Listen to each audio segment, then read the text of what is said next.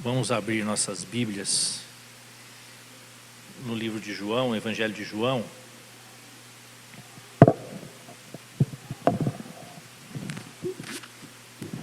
Capítulo 10.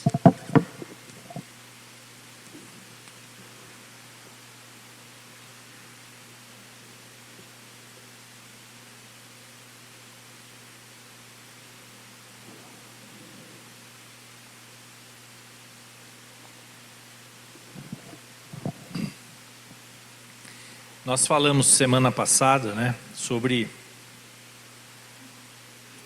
relacionamento com Deus, intimidade com Deus, Falamos sobre Moisés, que usava o cajado, Talvez a ferramenta mais conhecida, o instrumento mais conhecido da Bíblia seja o cajado de Moisés, Ou a vara, algumas traduções chamam de vara. Ele abriu o Mar Vermelho, ele tornou o rio Nilo em sangue, as pragas do Egito, à medida que ele mexia com o cajado lá, conforme Deus orientava, as pragas vinham, as pragas paravam. E chega aquele momento no deserto, depois que o povo foi liberto do Egito e tal, e tem uma crise, eles precisam de água para beber, e eles começam a reclamar e murmurar. E eles vão buscar Deus fala para eles falarem com a rocha. Ele e Arão falarem com a rocha. Não era para pegar o cajado, mas não era para usar o cajado. E ele estava tão habituado a isso que foi lá e bateu 2 vezes. Tanto porque ele estava com raiva, porque o povo estava pressionando, mas também porque ele estava acostumado. E nós estávamos falando sobre relacionamento com Deus, é algo dinâmico. Não é porque Deus sempre fez de um jeito que Ele vai continuar fazendo daquele jeito. Ele tem todo o direito e toda a liberdade de mudar as coisas, de falar coisas novas. E graças a Deus que é assim. Você imagina se você que é casado, você que namora, você que tem amigos, Se os relacionamentos com seus amigos ou com a sua esposa fosse aquela coisa estática, igual, Você está há 30 anos casado, 20 anos casado, aquilo vira um tédio, vira uma coisa horrorosa, insuportável, Eu creio que muitos casamentos acabam por falta de assunto, por falta de dinâmica, por falta de vida, Não tem assunto, Eu lembro que tinha uma propaganda antigamente que falava assim: está faltando assunto, é bom você começar a ler o Estadão, Não sei quem lembra dessa propaganda, os mais velhos devem lembrar, Às vezes os casais, eles não têm, o assunto gira em torno dos filhos, Gira em torno dos bichos que eles criam, Aí os filhos casam, os bichos morrem, os filhos vão embora e o casal não tem assunto, não tem conversa. A vida não se renova, o relacionamento não se renovou, o relacionamento não produziu frutos, não é dinâmico, não é algo vivo. E relacionamento com Deus, meus irmãos, se ele parar, se ele ficar estático, se ele enferrujar, acabou. Deus é uma pessoa, Ele está vivo. Jesus está vivo, o Pai está vivo, o Espírito Santo está vivo, são pessoas. O Espírito Santo não é uma força, não é uma influência positiva, não é uma energia cósmica que está pairando e de vez em quando cai um raio sobre alguém e dá aquele, Não, o Espírito Santo é uma pessoa. É uma pessoa, assim como Jesus é uma pessoa e o Pai, o Deus Pai, são pessoas. 3 pessoas que se revelaram através de um só Deus. Ou um Deus que se revelou através de 3 pessoas. Isso é um mistério, Mas pela fé nós podemos compreender isso. 3 pessoas unânimes, unidas, são tão unidas, tão unidas, tão unidas que são uma só. Eles pensam igual, eles agem, eles têm unidade perfeita. Isso é até difícil da gente entender, porque nós não conseguimos essa unidade perfeita aqui na Terra. Mas eles têm a mesma unidade, os mesmos interesses. Um não sobrepuja o outro, um não tem interesses mais importantes, do que o outro, interesses pessoais. O pai não quer fazer prevalecer a sua vontade, o filho quer obedecer ao pai, não quer fazer a sua vontade, o Espírito Santo quer glorificar o pai e o filho. Então um tenta agradar ao outro, fazer o que agrada ao outro. Então, isso é uma unidade perfeita, que para nós humanos imperfeitos é difícil até de imaginar como funciona isso. Nem num casamento, não é? Isso é tão visível assim, que seria a unidade, né, humana mais próxima, né, da unidade entre o Pai, o Filho e o Espírito Santo, seria o casamento. Mas como são pessoas imperfeitas, sempre tem alguns egoísmos em jogo, né? Alguns interesses em jogo. Então, você vai vendo que relacionamento é algo dinâmico e envolve conhecimento do outro. Mas quando a gente fala em conhecer a Deus, muitas vezes nós pensamos que conhecer a Deus está vinculado a um conhecimento de teologia, conhecimento teológico, conhecimento da palavra. Também faz parte. Para conhecer a Deus, precisamos conhecer a palavra de Deus, o pensamento de Deus sobre as coisas. Mas vai muito além de um conhecimento teórico ou intelectual, ou teológico. Muito além, meus irmãos. Porque se fosse assim, bastaria lermos a Bíblia, não é? E como tem gente que lê a Bíblia, tem muitos não cristãos que leem e conhecem a Bíblia mais do que muitos cristãos. Já leram a Bíblia várias vezes, estudaram a Bíblia, conhecem a Bíblia e não têm uma experiência pessoal com Deus. Não conseguiram olhar nos bastidores da Bíblia, o que há por trás da palavra de Deus, a vida que há por trás, o movimento que há por trás, a dinâmica que há por trás da palavra de Deus. Meus irmãos, a palavra de Deus também é algo dinâmico, é algo vivo. É o próprio Jesus em ação. Ele é a palavra, não é isso? Ele é o verbo. Ele estava com Deus lá no princípio. Tudo que foi feito com ele presente. Porque também há uma discussão às vezes, né? Lá, uma das primeiras brigas teológicas que ocorreram no cristianismo foi se Jesus estava junto com o Pai no momento que tudo foi criado, ou o Pai veio primeiro que Jesus.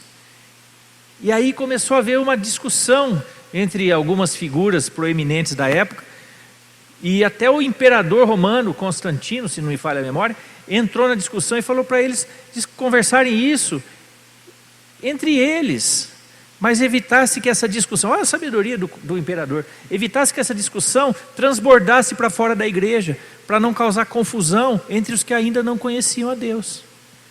Porque, meus irmãos, cá entre nós, é a mesma coisa perguntar quem veio primeiro, o ovo ou a galinha, né? Para nós pouco importa se o Pai veio primeiro, se Jesus... A palavra fala que Jesus estava com o Pai quando tudo foi criado. Para mim isso basta. Agora, o Pai é o Pai. Jesus falou que o Pai era maior do que Ele. Não é isso? Mas ao mesmo tempo João afirma que no princípio era o Verbo, e o Verbo estava com Deus, e o Verbo era Deus. Então, para nós não importa. O que importa é que nós temos que desenvolver relacionamento com Deus. E entenda bem, quando eu falo isso, eu lembro que no início da minha conversão, eu pensava que desenvolver relacionamento com Deus era ter o meu momento devocional logo que eu acordasse. Então eu achava que ter aquele tempo era você botar um cântico suave no toca-disco ou na vitrola, porque quando eu me converti ainda era bolacha de vinil, né? Os discos. Você colocava aquele cântico, né? Lá e ficava ouvindo aqueles, né? Da agulha raspando no vinil, né? E aquele cântico tocando, e você sentava para ler a Bíblia, fazia algumas orações, conforme o Espírito Santo te dirigia e tal, às vezes orava em línguas, aí tocava a campainha, chegava alguém e não sei o que, toca o telefone e tal, já dispersava logo o teu momento de comunhão. Mas com o passar do tempo, eu fui percebendo que isso era apenas o beabá da comunhão. Isso era muito pouco, isso era papinha, era uma aguinha com açúcar. Né? Quando a criança chora lá, você não tem leite e tal, você vai lá dar uma aguinha com açúcar, dar um chazinho. Né? Eu comecei a ver que comunhão vai muito além de eu ter um tempo devocional marcado como alguém que está para prestar vestibular ou que vai fazer um concurso, né? Tem aqueles horários fixos para estudar com disciplina e tal. Eu não estou dizendo que isso não é bom, que você ter o seu tempo com Deus. Entenda bem o que eu estou dizendo. Não estou dizendo que essas coisas são ruins, você ter o teu tempo com Deus diariamente e tal. Mas a comunhão, o relacionamento vai muito além. Ele é 24 horas por dia. Até quando você está dormindo, você pode sonhar coisas de Deus. Ter sonhos tranquilos, sonhos bons, sonhos leves, agradáveis. E sono bom também.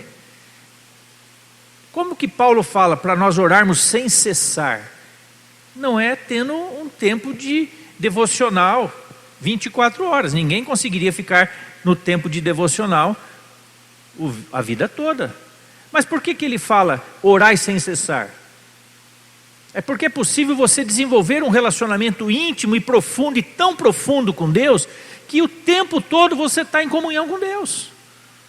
Fazendo as coisas, lavando louça, cuidando das plantas, indo no banco, dirigindo, fazendo o que você tiver. Você tem comunhão, você tem relacionamento, e isso é muito mais do que trocar palavras com Deus. Não envolve nem som às vezes. Pode ter som, você pode orar em português, você pode orar em línguas, você pode orar com gemidos inexprimíveis, e você pode orar em silêncio. Tem várias maneiras de orar. O silêncio é uma forma de oração tremenda, maravilhosa. Eu estou chegando num ponto que quando vou orar, eu não sei o que orar. Imagina, chegar num ponto da minha vida que eu não sei o que orar para Deus. Não sei o que orar. Vocês falam, nossa pastor, se o senhor não sabe como orar, o que orar, imagina eu, né? Você pode estar pensando. Mas eu estou sendo muito honesto, sabe por quê? Porque eu descobri que a comunhão com Deus, ela é muito além das palavras. As palavras não conseguem contemplar a profundidade do relacionamento. Falta palavra. Falta palavra no português, falta palavra em línguas às vezes, falta palavra. É uma conexão direta. Não sei se você já deve ter sentido isso, claro, eu estou falando com gente crente, né? É uma conexão intensa e direta com Deus. É uma coisa inexplicável, só dá para explicar vivendo isso. Claro, você vai falar em público, você vai orar em público, você precisa falar em português. Você está nos Estados Unidos, tem que falar inglês, né? Você tem que falar numa língua que as pessoas entendam. Mas eu estou dizendo que essa comunhão, esse relacionamento vai muito além de regrinhas, limitações que nós colocamos. Isso para mim foi libertador, porque eu tinha muita dificuldade em ter horários fixos para fazer as coisas. Sempre tive na minha vida, assim, essa coisa de muito horário, muita regra, E quando eu descobri que era muito mais do que ficar naquele tempo na presença de Deus, era muito além, eu falei, puxa, que bênção isso. Eu posso fazer isso a qualquer momento do meu dia, da noite, da madrugada. Não tem tempo, não tem horário, é o tempo todo. É lembrar de Deus, é pensar em Deus, é colocá-lo na tua mente o tempo todo. Você acordar já pensando nele, já falando com ele, já expressando algo do seu coração para o coração dele. Hoje nós temos um grupo dos pastores que estão mais ligados ao pastor Samuel de Araçatuba, né? Grupo lá de pastores aliançados, e eu faço parte do grupo, e esse grupo tem muito cumprimento de aniversário, né? Fulano está fazendo aniversário, ciclano. Então normalmente quem dá a dica é o pastor Samuel e a pastora Denise, eles que lembram, e aí todo mundo começa a dar os parabéns, né? E hoje foi engraçado porque eles erraram o nome da pastora, era acho que Elaine, chamaram de Eliane, Elaine chamaram de Eliane, uma coisa assim, trocaram o nome. E depois que todo mundo tinha cumprimentado ela com o nome errado, a pastora Denise falou, irmãos, me perdoa, eu errei o nome, não é Elaine, é Eliane. Aí eu brinquei com a Nicinha, falei, já pensou? A oração abençoou a pessoa errada. Tudo que nós falamos aqui foi para a pessoa errada. Nós abençoamos a Eliane em vez de abençoar a Elaine. Agora, você acha, meus irmãos, que Deus erra o nome de alguém? Quando alguém chega para você, ora pelo meu pai, aí a pessoa quer, às vezes passa o nome inteiro com o sobrenome, só falta passar o CPF, o RG, o endereço, né? Se tem nome limpo ou não no SPC, para você orar, porque se tiver assim, acho que a oração chega mais rápido. Meu irmão, quando alguém chega, eu falo, não se preocupa, porque provavelmente eu nem vou lembrar o nome da pessoa quando eu estiver orando. Você me desculpa, mas a verdade é essa. Mas quando eu for, e aí o que eu faço quando alguém pede para orar? Eu já oro na hora, não com a pessoa, eu já saio e falo, Deus, abençoe essa pessoa que ela falou, porque eu vou esquecer, então já estou orando já, por favor, registra aí, em nome de Jesus. Amém? Está abençoado. Está abençoado. Se eu lembrar outras vezes durante o dia, eu vou orar de novo. Se eu lembrar o nome da pessoa, eu vou falar o nome dela, mas Deus sabe a quem eu estou me referindo. Ele é Espírito. E é a comunhão do Espírito dele com o meu Espírito. É o Espírito do homem que se relaciona com o Espírito Santo.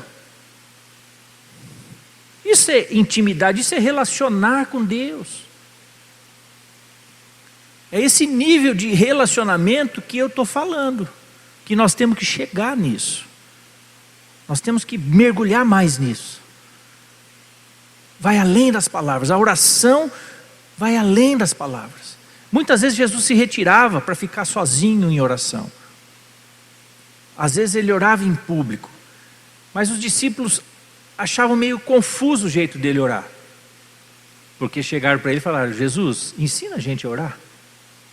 Porque nós estamos acostumados a ver os fariseus orarem, os doutores da lei orarem, e eles oram em público, com alta voz e imponente, e palavras bonitas, e frases feitas, citando isso, citando aquilo, mas a gente vê que o Senhor ora diferente, e a gente não entende direito esse tipo de oração.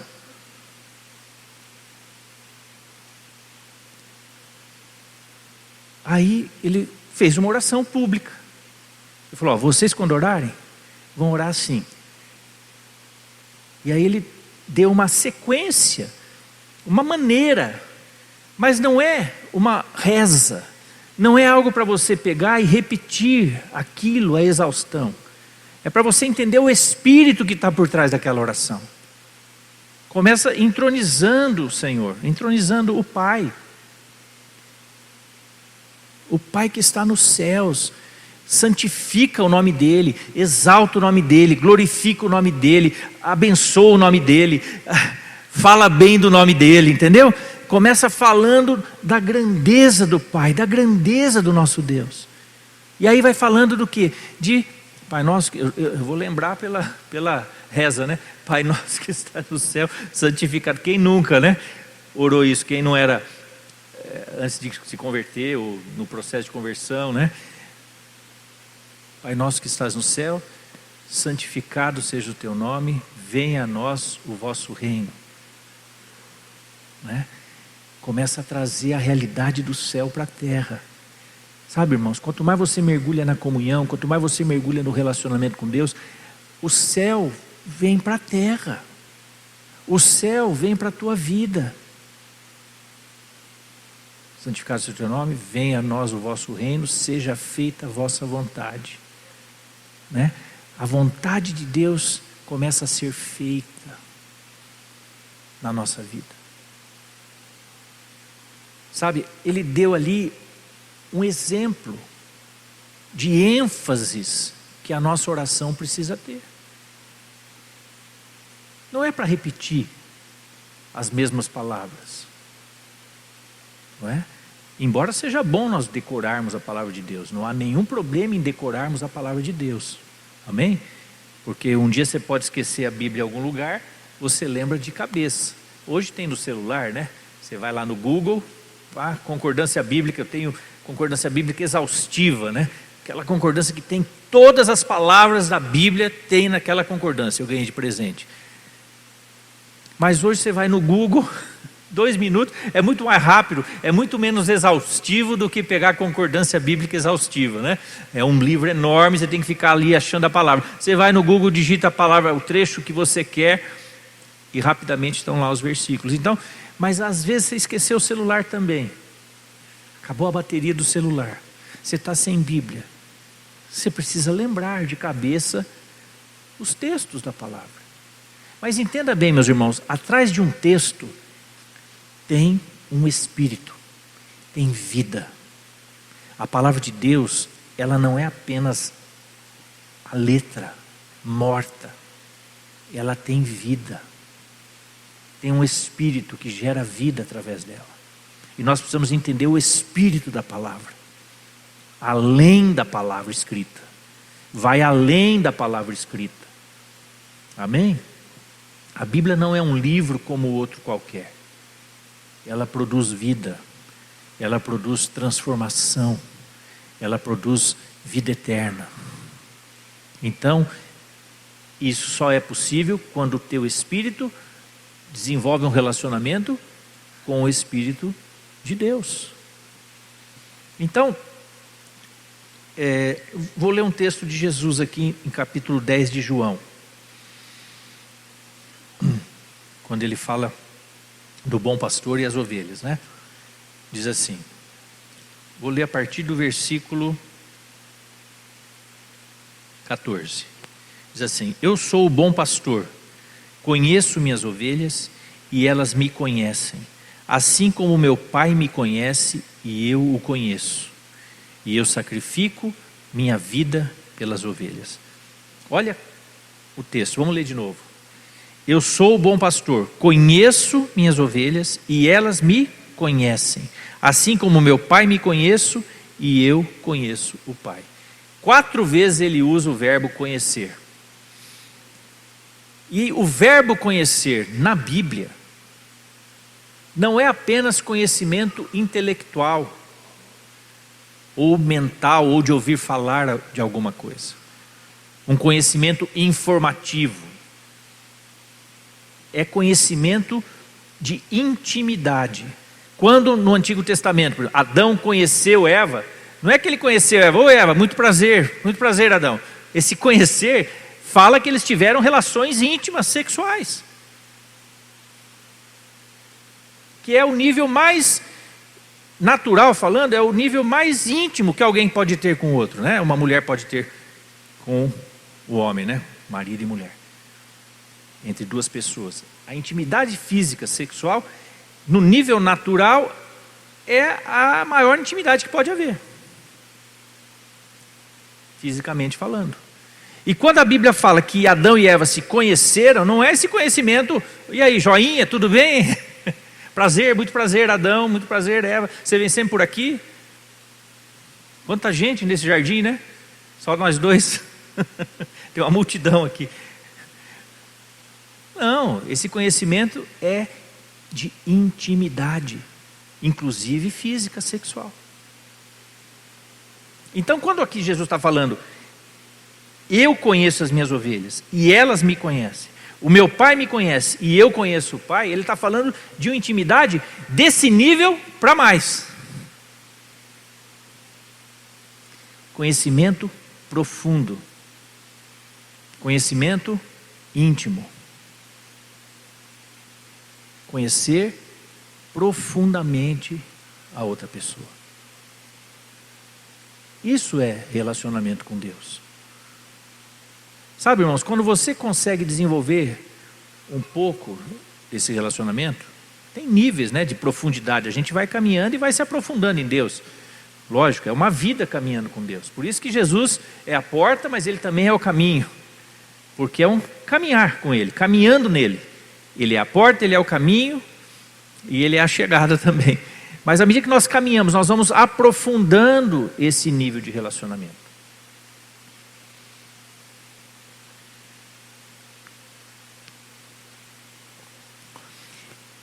E esse relacionamento, ele tira de nós o medo. Ele tira de nós a necessidade de controle. Porque o problema nosso é que nós nascemos num mundo hostil. O mundo depois do pecado, pós-Éden, é um mundo hostil à vida. Ele é contra a vida. Ele é cheio de problemas. Ele é cheio de dor. Ele é cheio de espinhos. É um lugar que era muito bom e ficou muito ruim. Então nós nascemos cheios de perigos à nossa volta. E isso produz em nós medo. O maior medo de todos é o medo de morrer. Mas temos medo de perder dinheiro, de não ter dinheiro suficiente para viver, temos medo de ficar doentes, temos medo de acontecer isso, acontecer aquilo, cheio de medos. E por causa do medo, nós tentamos controlar as coisas.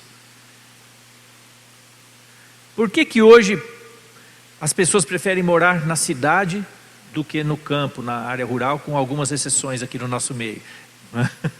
Né? Tem algumas exceções, Jonas e a Raquel, por exemplo, Gilberto e a Vera. Mas por que as pessoas optaram em vir para a cidade? Porque a cidade é mais confortável, é mais controlável até certo ponto,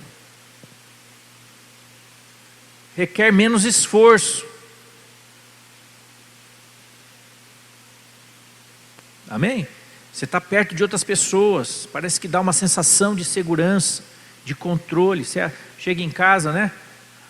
Bate o dedo no controle remoto, o portão abre, fecha. Tudo mais cômodo, né? Fogão a gás, não precisa mais ser fogão a lenha. As coisas foram ficando mais fáceis de controlar, de cuidar, comida pronta, comida, né? Descongela, congela, micro-ondas. Agora, a gente foi querendo controlar a natureza, controlar as forças da natureza, controlar as coisas, e muitas vezes as pessoas começaram a se envolver com Deus, ou com outros deuses também, falsos, para tentar facilitar a vida ou aplacar a ira dessas forças. Então tudo gira em torno de tentar controlar para tentar ter menos medo. Agora, com Deus isso não funciona. Porque nós não conseguimos controlar Deus. Nós não conseguimos conter Deus. Nós não conseguimos aplacar Deus. Primeiro porque Ele não é um cara que está sempre irado contra nós. Essa já é a maior vantagem de todas. Nós hoje, por causa de Jesus Cristo, nós temos paz com Deus. Paz. Nós não somos mais inimigos. Então nós não precisamos ter medo de Deus. Sabe, às vezes nós fomos criados com uma visão de Deus muito errada. Uma visão de um Deus punitivo, de um Deus que apenas pune, que é severo. Não estou dizendo que Deus não é severo. Deus é fiel aos seus princípios, mas você vai vendo quando Jesus veio, toda a palavra que Ele ministrou revela um Deus intensamente amoroso. Um Deus acolhedor, um Deus que quer as pessoas perto dEle, mas é uma coisa escancarada. É uma coisa para os fariseus, meus irmãos, para os doutores da lei, que estavam acostumados com uma lei rigorosa, aquilo foi um escândalo para eles. Foi muito difícil de eles entenderem esse Deus, porque era uma face de Deus muito diferente do que eles estavam acostumados. Mas não porque Deus fosse desse jeito, porque a misericórdia de Deus está entremeada em todo o Antigo Testamento. A misericórdia está ali. Na lei tem a misericórdia. Em toda aquela dureza aparente da lei, tem a misericórdia de Deus ali. Tem o amor de Deus ali. Tem a preocupação dele para que ninguém se perca. Mas ele teve que fazer isso pelo seguinte: ele falou: vocês querem que eu mostre para vocês qual é o padrão que vocês deveriam atingir para eu aceitar vocês sem Cristo? Pelo esforço de vocês. Você sabe qual é o padrão? Eu vou falar, já que vocês estão insistindo, eu vou mostrar para vocês. O padrão é esse aqui, pá. deu os 10 mandamentos e toda aquela sequência de leis que Moisés trouxe para eles, através de, Deus revelando através de Moisés para o povo. Aí quando o povo viu aquela coisa impossível de ser cumprida, impraticável, eles falaram, não é impossível, quem que pode agradar a Deus desse jeito? Aí Deus falou, eu não estou falando para vocês que é exatamente isso? Por vocês ninguém vai chegar, ninguém vai cumprir o rigor da justiça, mas tem um jeito. Enquanto Jesus não vem, o meu filho não chega, não é a hora dele vir, vocês vão sacrificando animais como figura, para isso ficar bem na mente de vocês, né? Que não é o sangue do animal que resolve, mas para vocês entenderem que alguém vai se sacrificar no lugar de vocês e o sangue dele vai ser considerado suficiente. Ele foi preparando o povo, a mentalidade, a cultura do povo. Você imagina, aquilo era algo cultural para o judeu. O sacrifício, o sangue derramado em favor do pecado. Quando Jesus se deu na cruz e derramou o seu sangue, era para eles terem entendido, porque eles entendiam de derramamento de sangue, mas eles não conseguiram fazer a relação, a boa parte do povo, entre Jesus e os animais que eram sacrificados, que Jesus estava substituindo, que Jesus era o Cordeiro perfeito.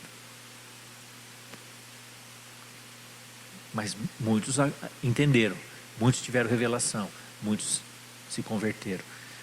Então, Jesus aqui, ele se coloca como alguém que conhece as ovelhas e que as ovelhas o conhecem, assim como o Pai o conhece e ele conhece o Pai.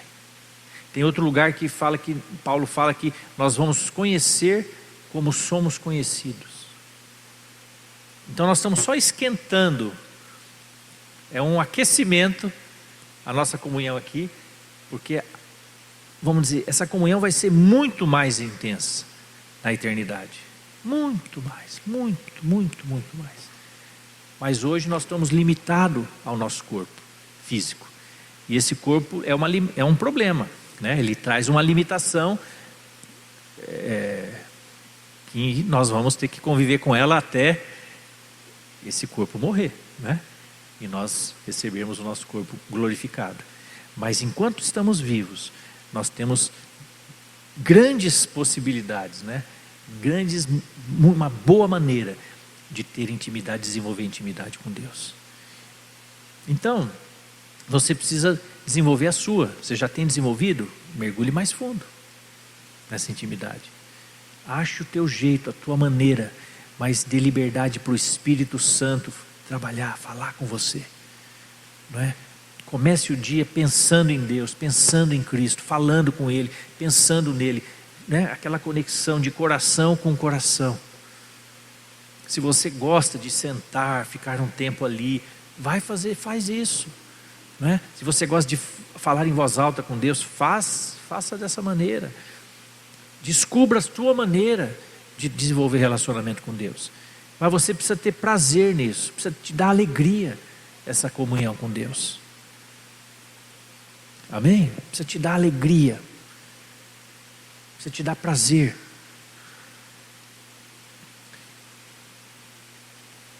Vamos ler o Salmo 23. Salmo 23 é um dos salmos preferidos meus, e um dos mais bonitos. Mas fala, o Senhor é o meu pastor, nada me faltará. Ele me faz repousar em verdes pastos, me leva para junto de riachos tranquilos, renova as minhas forças, me guia pelos caminhos da justiça. Assim Ele honra o seu nome. Mesmo quando eu andar pelo escuro vale da morte, não terei medo, pois tu estás ao meu lado. A tua vara e o teu cajado me protegem. Preparas um banquete para mim na presença dos meus inimigos, unges minha cabeça com óleo, o meu cálice transborda. Certamente a bondade e o amor me seguirão todos os dias da minha vida, e viverei na casa do Senhor para sempre. Esse salmo, ele descreve um relacionamento de intimidade entre alguém que ama a Deus e o próprio Deus. É um salmo de intimidade. E Jesus, quando fala das ovelhas lá, ele é o bom pastor, com certeza ele está fazendo uma releitura desse salmo. Ele está usando esse salmo como base, de certa maneira. Porque fala da relação entre pastor e ovelha. Conhecer as ovelhas conhecerem o pastor. E é interessante aqui, né? Porque o pastor cuida das ovelhas. E como ele cuida, você não precisa ter medo. Eu estava falando sobre o medo. O medo e o controle, né? Nós tentamos controlar a nossa vida para diminuir o medo. Mas a fé é totalmente diferente. A fé é entregar o controle para Deus. É entregar o controle. Por quê? Porque toda tentativa de controle é uma ilusão. Nós não conseguimos controlar coisa nenhuma. Nós estamos vendo, né? Como a vida é assim. Como as pessoas, né? Como nós, né? Podemos morrer em questão de minutos, momentos, segundos, dias. Não há, é uma ilusão tentar controlar. Então, a fé é você entregar o controle e descansar. Jesus, ele é o nosso descanso. Jesus, ele não cumpriu o sábado, ele é o próprio sábado. Jesus é o sábado. O sábado é uma figura de Jesus. O sábado é uma figura de Jesus. Os judeus, né, eles tinham que guardar todos os dias, né? Trabalhavam e tal, e no sábado eles descansavam, eles não faziam nada. Lá em Israel, no sábado, os elevadores não funcionam, eles não podem tocar nos botões de elevador, por exemplo.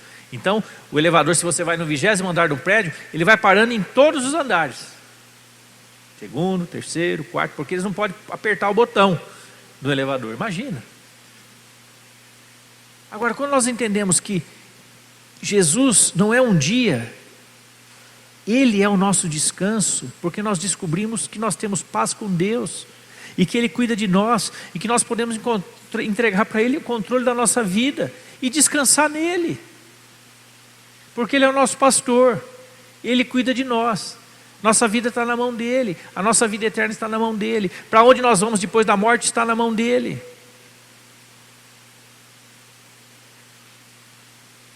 Aqui o salmista está dizendo que o Senhor é o pastor dele. Ele se coloca numa posição de ovelha. Nada me faltará. Me dá pasto, me dá água, me dá força renovada, me guia pelos caminhos da justiça, ou seja, não me deixa fazer coisa errada. E ainda que eu passe por um vale da sombra da morte, eu não tenho medo, porque o Senhor está comigo. A tua vara e o teu cajado me protege. Tem outra versão que fala me consolam. Vara e cajado.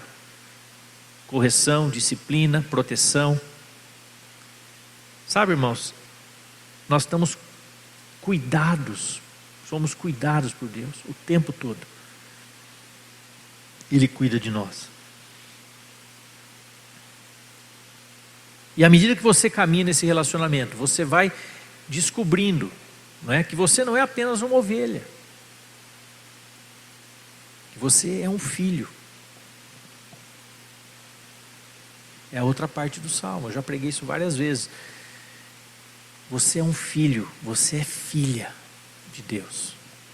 Nós vemos isso na parábola que lemos semana passada do filho pródigo, né, do filho mais velho, né, tanto o filho mais velho como o filho pródigo, antes de quererem desenvolver um relacionamento com o pai, eles queriam as coisas do pai. O filho mais novo teve mais ousadia e falou na cara dura: me dá minhas coisas que eu vou sair pelo mundo. Eu não quero nem ficar na tua casa. Eu não me agrado de estar aqui.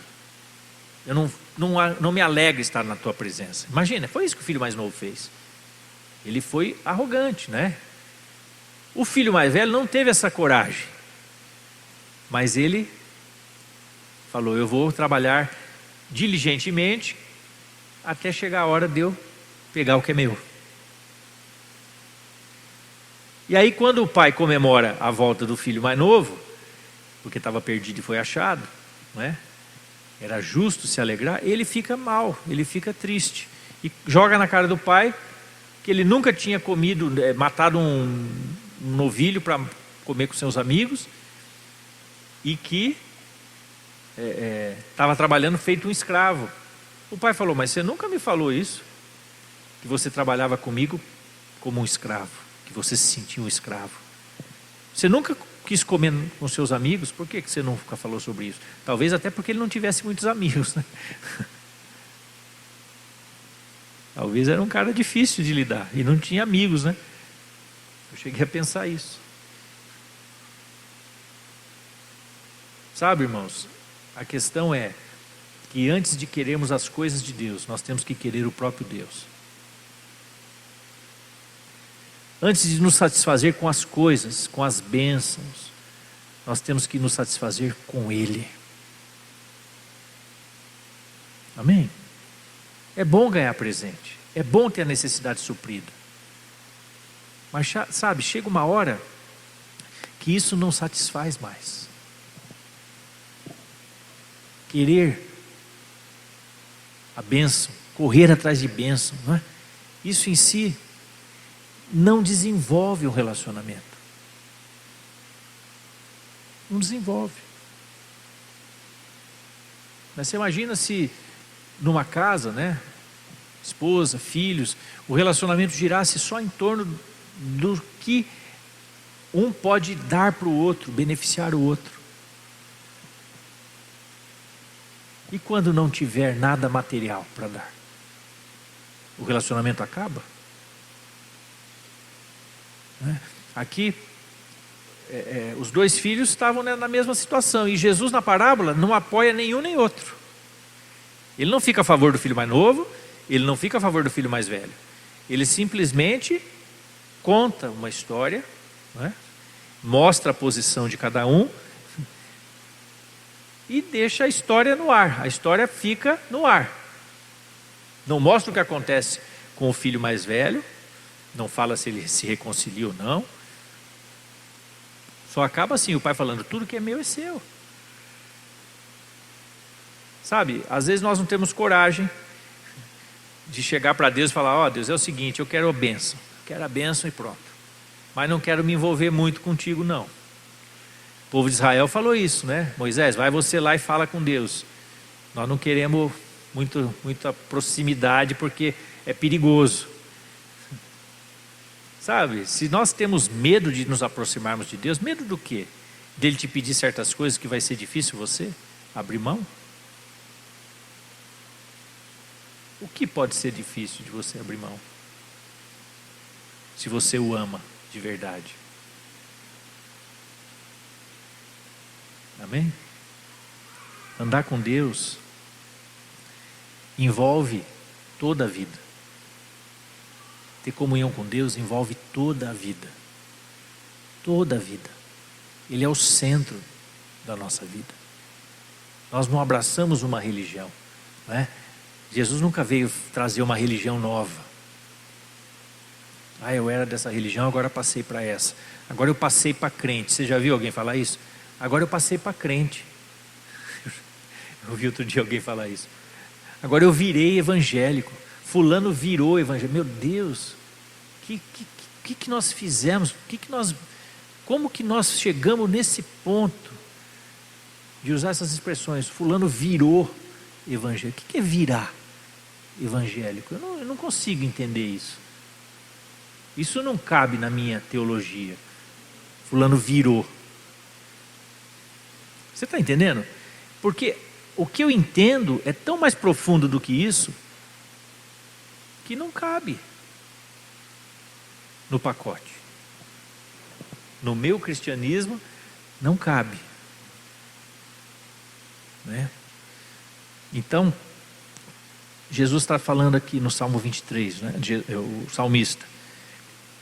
Ele vai mostrando um aprofundamento de relacionamento. né, de ser cuidado por Deus, de ser guiado por Deus, de ser protegido por Deus, né, e chegar no momento de ter um banquete na presença dos inimigos, de ter a cabeça ungida com óleo, de ter bondade e amor seguindo todos os dias da vida, até chegar no momento de viver para sempre com o Senhor, na casa dele. Quer lugar de maior intimidade do que a casa? Quer lugar de maior intimidade do que casa, morar juntos, na mesma casa com Deus? Viverei na casa do Senhor para sempre, né? Da mesma forma, o Espírito Santo vem habitar dentro de nós. Fala que você é uma casa onde Deus habita. Você é um templo, uma casa, um lugar onde o Senhor habita, mora. A responsabilidade disso, meus irmãos, do testemunho que devemos dar, da vida que devemos ter, do amor que devemos expressar pelas pessoas, sabe? A igreja não pode falhar em transmitir esse evangelho. É esse o evangelho que o mundo precisa ouvir. Não é um evangelho de guerra, é um evangelho de amor. Amém? A guerra, meu irmão, contra as trevas, ela vai existir sempre. Mas a gente não pode esquecer que a nossa guerra não é contra as pessoas. A guerra é contra as forças da maldade que muitas vezes usam as pessoas. Os espíritos malignos que estão por trás, nos bastidores. A nossa guerra não é contra gente de carne e osso. Eu me preocupo muito da igreja não estar entendendo a nossa geração. Uma igreja reativa, uma igreja que reage o tempo inteiro, bateu, levou, e o tempo inteiro reclamando e criticando, de perseguição, Meu irmão, o que nós vamos esperar desse mundo? O que Jesus falou para nós esperarmos desse mundo? Ele falou que ele não veio trazer a paz, ele veio trazer a espada. Isso fala de trevas, contra as trevas, mas não é contra pessoas. Nós temos que ter esse discernimento em Deus. A nossa luta não é contra a carne e o sangue. Nós temos que amar as pessoas. Nós temos que falar o evangelho que elas entendam, sem deixar de falar a verdade. Mas é em amor. Em amor. Eu não sei se a igreja hoje ela está preparada para receber essa geração. Eu não estou falando da nossa igreja, né, específica, estou falando da igreja. Se ela está preparada para receber os desafios dessa geração, os conflitos dessa geração, as dúvidas, as crises, até a deformação que o inimigo jogou sobre essa geração. Nós temos que estar abertos para isso. Nós temos que ter resposta para essa geração. É o mesmo evangelho, mas como nós vamos comunicar essa verdade? Com amor. Como é que Jesus andava com pessoas de muito má reputação e ele não tinha nenhum problema com isso? Jesus escandalizou os líderes religiosos do seu tempo o tempo todo.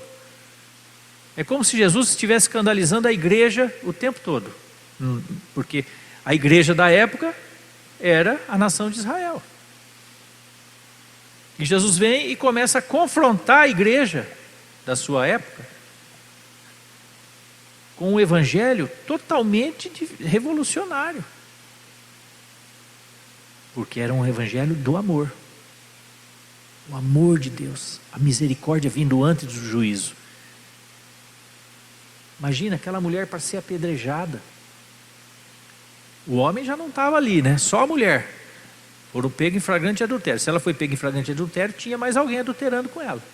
Mas já começa aí. A sociedade machista da época levou só a mulher para ser apedrejada. Cadê o homem para ser apedrejado? Porque era para ser apedrejado os dois pela lei. Não era para ser apedrejado só a mulher. Então você vê como eles já tinham desvirtuado a lei. E aí Jesus começa, né? Você sabe a cena clássica, né? Jesus falou, eu também, cadê os que estão te acusando? Eu também não te condeno. vai e não peques mais. Imagina, meu irmão, você recebeu uma palavra dessa, você estava sentenciada à morte, e você recebe uma palavra dessa, você imagina aí a cabeça dessa mulher?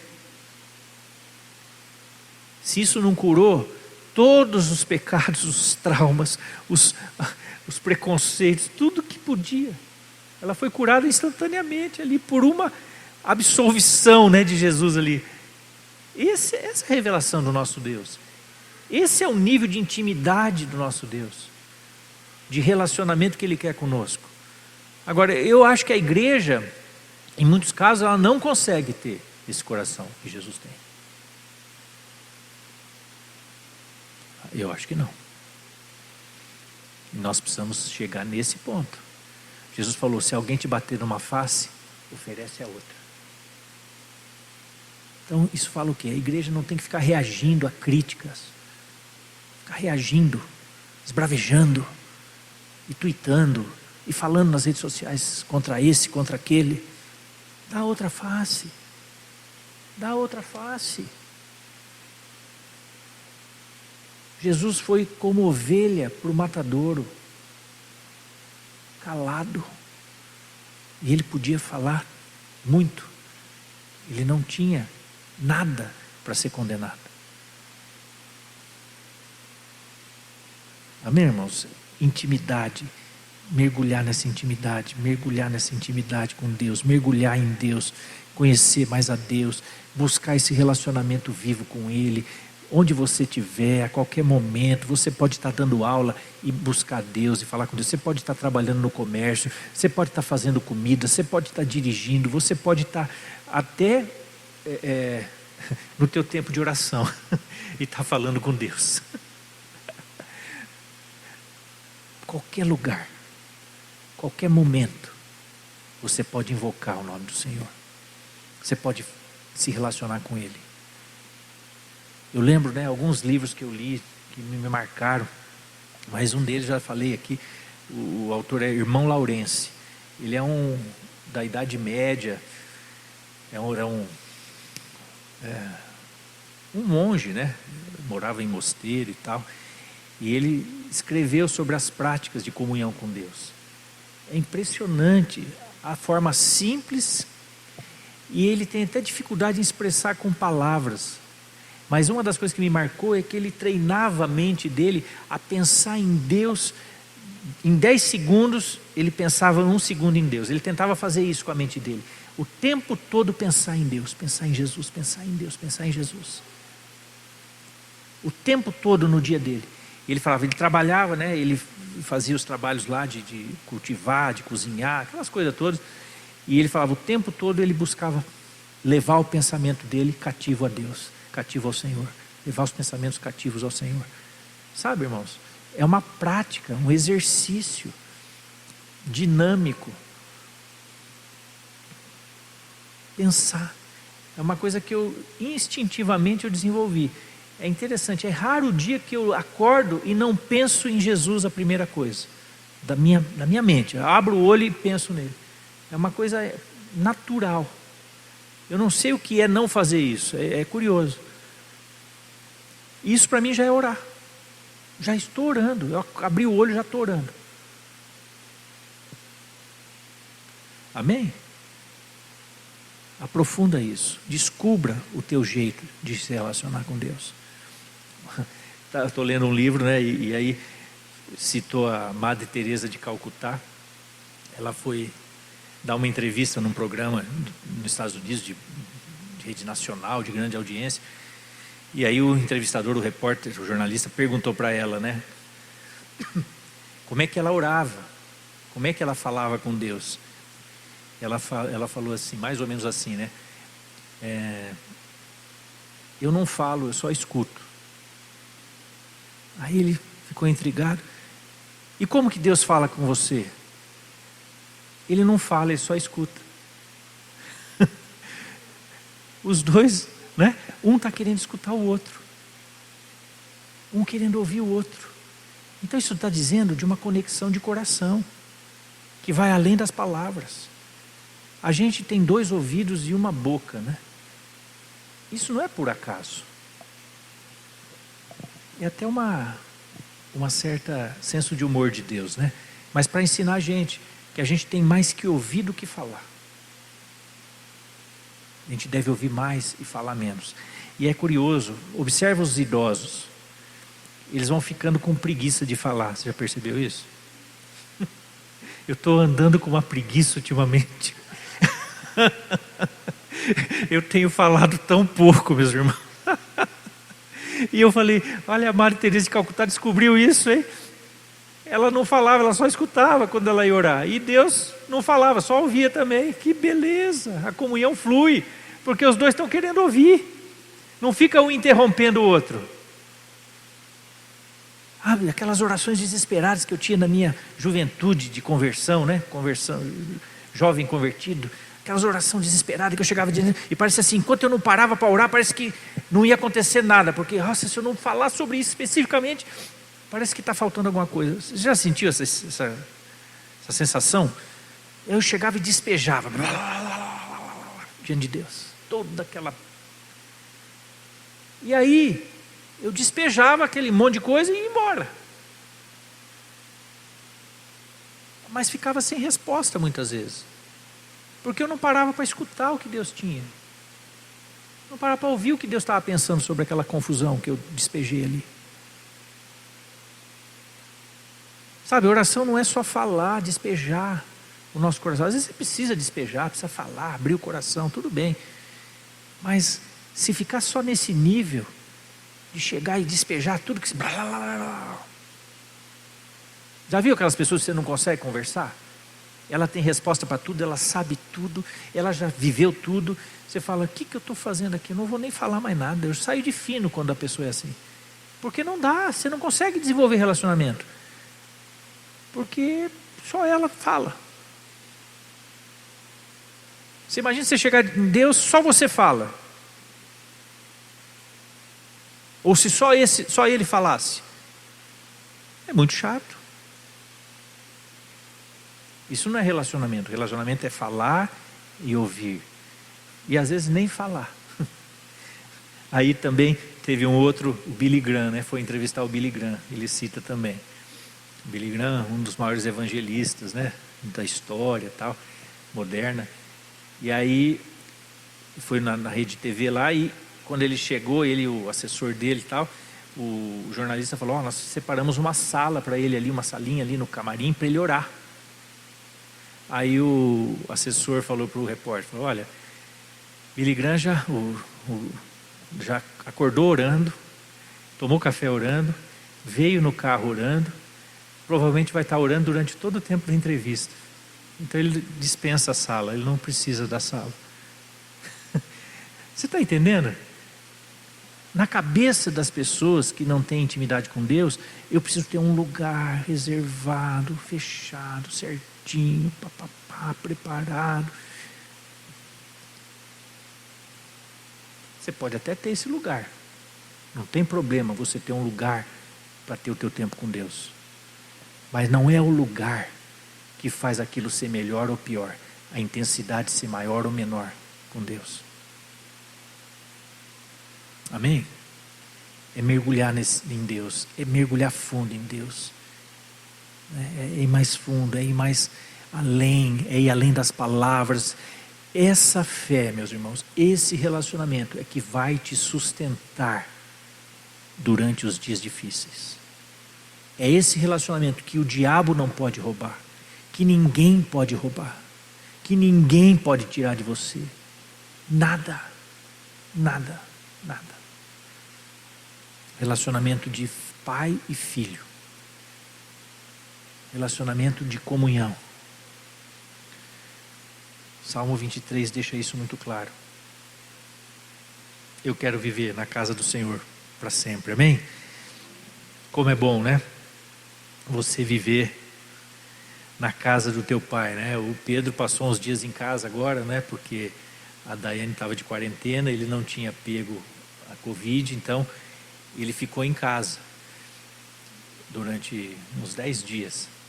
E a gente já não estava acostumado, a gente é desacostumado, né? Porque a Ana Maria casou faz uns 2 anos, né? Então a gente já estava sem filhos, né, em casa e tal. E ele casou já há 8 anos, né, mais ou menos. E acho que ele também não estava acostumado. Mas assim, é legal porque ele não perdeu a intimidade. Ele não perdeu a liberdade. Ele abria a geladeira a hora que ele queria, ele comia o que ele queria. Ele não precisa pedir, posso comer isso? Posso? Simplesmente vai lá e come. Vai lá e abre, vai lá e faz. Amém? Porque é a casa do pai, é a casa da mãe. Tem intimidade, tem relacionamento, tem liberdade, não precisa pedir para fazer. A gente não tem essa liberdade em qualquer casa, né? Você não chega, vai fazer uma visita para alguém, opa, posso ir lá na geladeira pegar alguma coisa?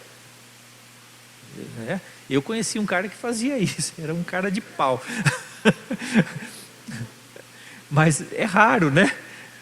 O cara tem que ser sem noção, né? Sabe? Era um folgado esse cara, meu Deus, tive que falar para ele, escuta, eu era recém-convertido, ele também, e o cara ia lá, abria minha geladeira, pegava as coisas, né, estudante, vida, dinheiro curto e tal, eu pegava as melhores coisas. Aí um dia eu falei, não, chega, olha, é o seguinte, você quer comer, você vai trazer, pode trazer também. Cara folgado. Mas voltando, né? Sabe, intimidade é isso, né? Liberdade na casa do pai, né? Você não precisa pedir, posso, por favor, vou tomar banho, posso fazer isso, posso fazer aquilo. 8 anos ele já está fora da casa. Mas era como se ele tivesse estado ali o tempo todo, né? Então, nós perdemos essa intimidade que nós tínhamos no Jardim do Éden. Ficamos um tempo longe. Mas quando você volta para a casa do pai, é como se você nunca tivesse saído. Tem que ser assim. Intimidade com Deus é como se você nunca tivesse ficado distante dele. Esse é o relacionamento que ele quer ter conosco. O relacionamento como se nunca ele tivesse e nós tivéssemos ficado distantes dele. Por um dia sequer. Amém? Vamos orar? Eu me empolgo e vou embora, né? Falinha mansa, né? Vai indo, vai indo. Mas Deus é bom. Deus é bom. Isso tem consolado o meu coração. Não é? Descobrir cada vez mais o amor de Deus na intimidade. Vamos orar. Senhor, que bom nós podemos desfrutar da tua intimidade, Senhor. Senhor, nós não precisamos ter medo. O amor perfeito lança fora o medo. Oh, Senhor, como é bom nós sabermos que somos amados. Sabemos que somos teus filhos. Senhor, isso cura a nossa alma.